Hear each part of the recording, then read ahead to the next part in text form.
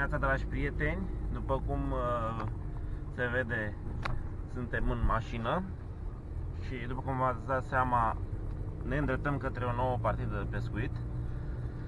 De data asta nu vom mai merge la baltă, vom încerca să pescuim pe Neajlov, să vedem în ce stadiu este apa. Și nu vom avea chiar așa de mult timp, dar încercăm să prindem un pește 2. Avem rucsacul cu noi, vom lăsa mașina și vom merge mai mult pe jos. Și vom încerca să localizăm un clenuț, o babușcă. Pe frigul asta, iarna, nu avem nicio pretenție. 29 de minute, 30 de kilometri, suntem acolo, am băgat motorină, am luat momeală, am luat nadă, nu rămâne decât să prindem pește acum.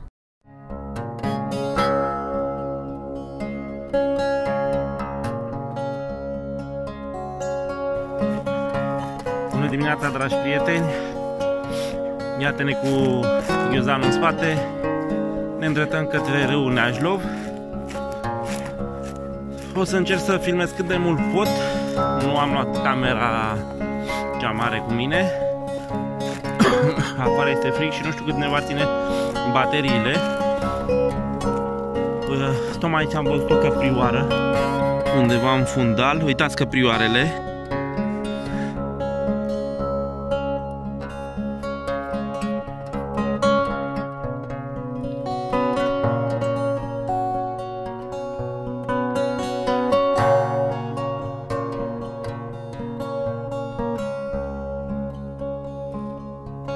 Acum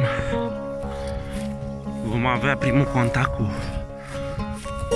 brațul care se trage din râul principal. După cum v-am spus, este destul de colorat. Cum vom lua din capătul ăsta spre pădure. Vom încerca să prindem câțiva clenuți, babuști, obleți.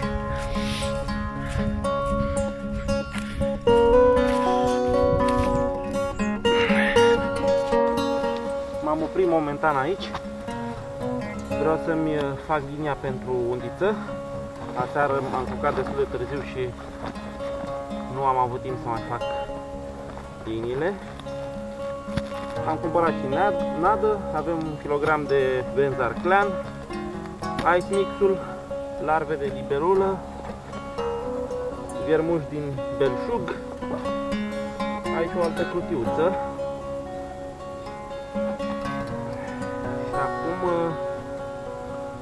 Vom pregăti linia pentru vargă. Avem plutele aici. Am terminat de făcut linia. Avem aici o plută tipană foarte subțire de 0,5. Continuăm cu 2 alice de plumb. Însumează 0,5 grame, mai puțin de 0,5 grame. Un for fac de 0,16, un lac de numărul 16 de la Drenan. Și firul principal e de 0,18. Vom arma acum cu viermuși, libelule. Am aruncat deja niște vieri. Să vedem dacă prindem ceva.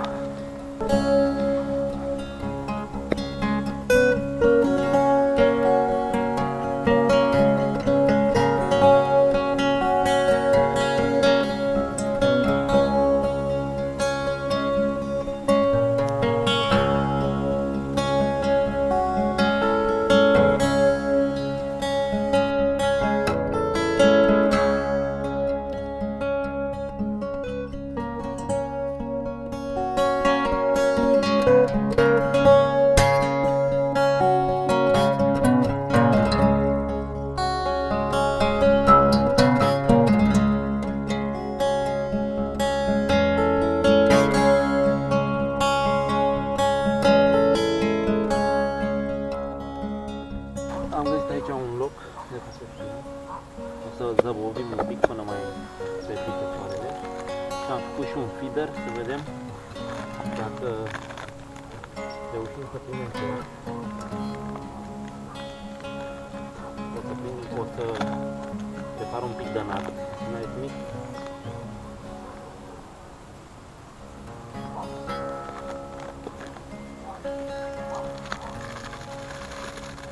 de benzoarclean.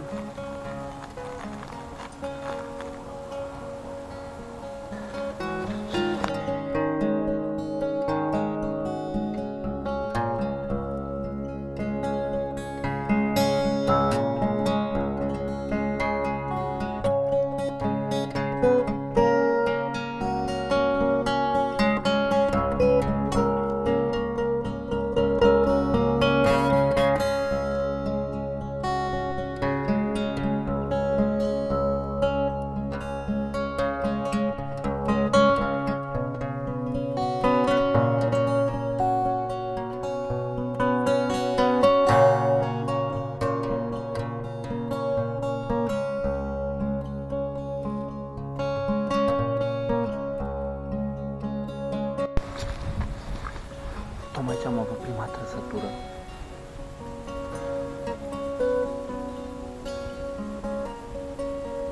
Din păcate am ratat.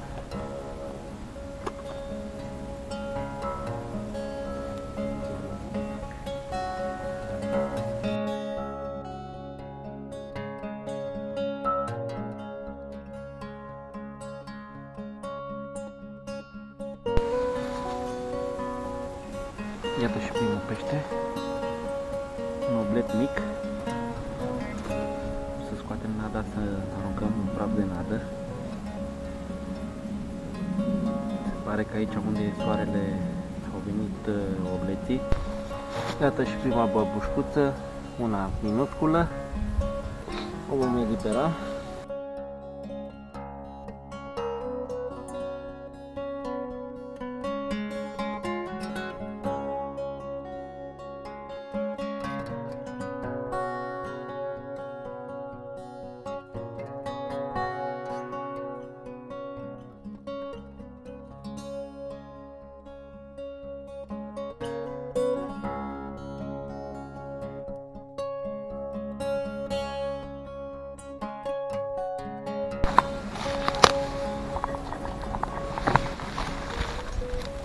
Dragilor, iată că a venit și primul pește mai îmbrăcat, un plenut, la largă de liberă, în același loc.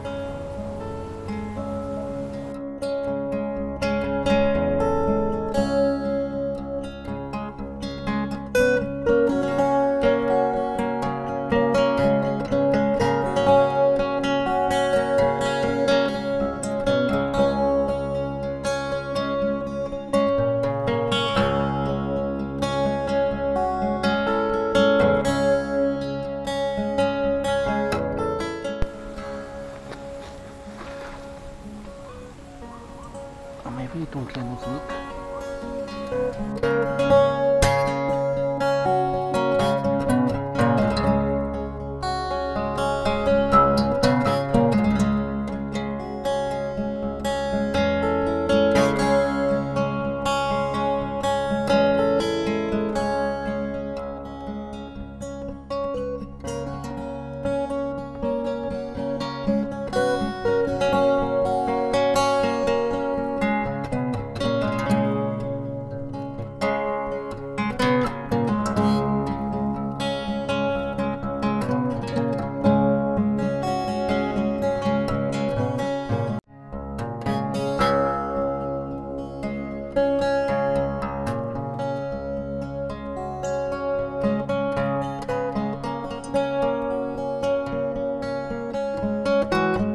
Mai venit o babușcă din locul ăsta, babușcuță mică, dar e binevenită pe tip de iarnă.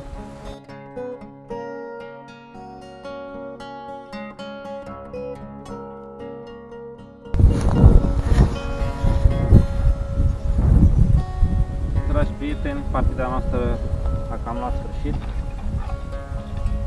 Am pescuit pe un brat care se trage din râul Neajlov. Astăzi a fost o zi superbă. Peștele ținta a fost cleanul, obletele și babușca. Mă bucur foarte mult că am reușit să prind cel puțin un pește din fiecare țintă. în prima parte a zilei peștele nu a răspuns la nicio metodă folosită de mine. În schimb, îndată ce soarele s-a ridicat pe cer și s-a încălzit un pic afară, au început să apară prezentări. Am prins începând de la obleți până la clenuți micuți și babuști, la fel de talie mică. Peștii au fost eliberați. Nu uitați să vă abonați, să apăsați clopoțelul pentru notificări și să dați un share dacă vă place. Cam atât pentru astăzi, fire întinse.